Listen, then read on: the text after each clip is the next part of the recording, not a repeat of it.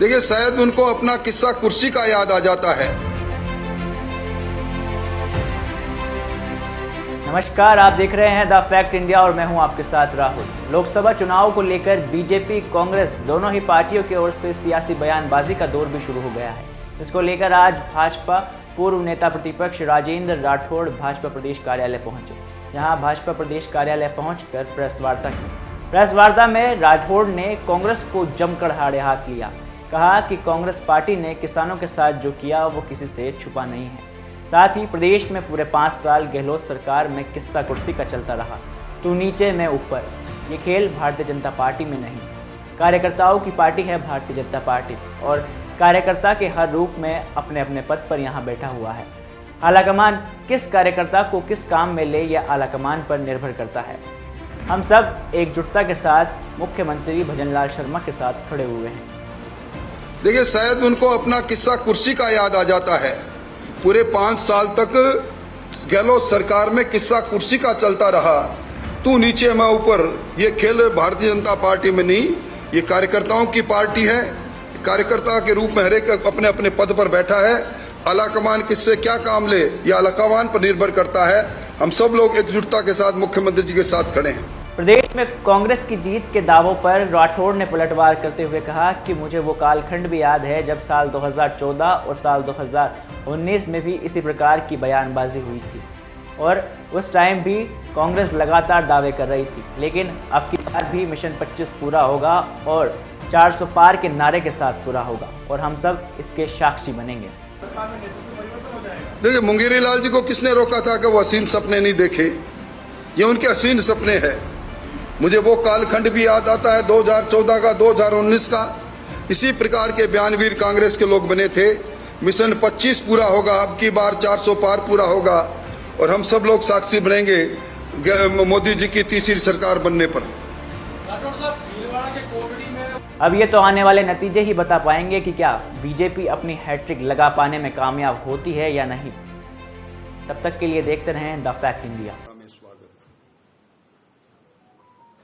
लोकसभा के चुनाव निरंतरता से आगे बढ़ रहे हैं, और इसी बीच में पूर्व मुख्यमंत्री अशोक जी गहलोत,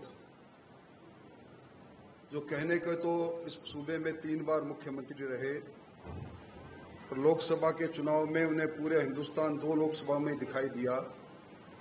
एक लोकसभा उनके पुत्र की जब राजस्थान में चुनाव हो रहे थे।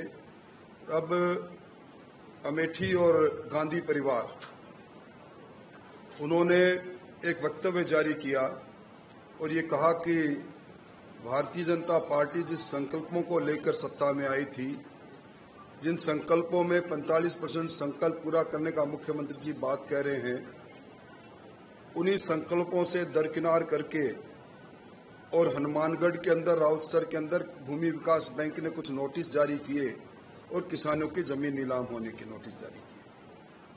सरकार ने तत्काल इस पर कार्रवाई की और एक और प्रशासनिक आदेश जारी करके इस प्रकार के जितने भी ये आदेश संख्या है क्रमांक 10 सह विविध 2023 दिनांक 20/5/2024, इसमें बकाया कृषि ऋण की वसूली हेतु अग्रिम आदेश तक नीलामी की कार्रवाई स्थगित किए जाने के आदेश जारी किए। आप किसानों को गुमराह करने की कोशिश कर रहे हैं। ये प्रावधान आर्टिकल 254(2) में स्पष्ट लिखा गया है। उसके बाद भी उसी को वो लेकर आए और उसी आधार पर अब वर्तमान की सरकार को कटघरे में खड़ा करने की कोशिश कर रहे हैं। उस समय मैंने इनको कहा था कि अगर आपको वास्तव में किसान की भूमि की नीलामी को रोकना है तो 1974 के रोड़ा एक्ट में के सेक्शन 13 और 14 में संशोधन लेकर आए, जो इन्होंने नहीं किया। कांग्रेस पार्टी ने किसानों के साथ जो धोखा किया वो किसी से छुपा हुआ नहीं। परंतु गहलोत सरकार जब सरकार में थे तो इन्होंने खुद ने विधानसभा में कहा था 1,35,00,000 किसानों के खाते अवधि पार ऋण होने के कारण एनपीए हुए हैं। अब ये सारा जो कुकर्म पिछली सरकार का था, उसके कारण से किसान की फसल की नीलामी पर आ रही है, और ये आरोप उस सरकार पर लगा रहे हैं जो सरकार अपनी मुश्किल से अपने 112-15 दिन पूरे कर रही है। मैं समझता हूं कि उनको खुद को गिरेबान में देखना चाहिए। उनके समय में किसान आत्महत्या करता चला गया और विधानसभा के बाहर किसान प्रदर्शन करता चला गया। वोट की फसल काटने के लिए किसानों को गुमराह करने वाली सरकार। ताज़ा खबरों के लिए विजिट करें द फैक्ट इंडिया की वेबसाइट और डाउनलोड करें द फैक्ट इंडिया ऐप।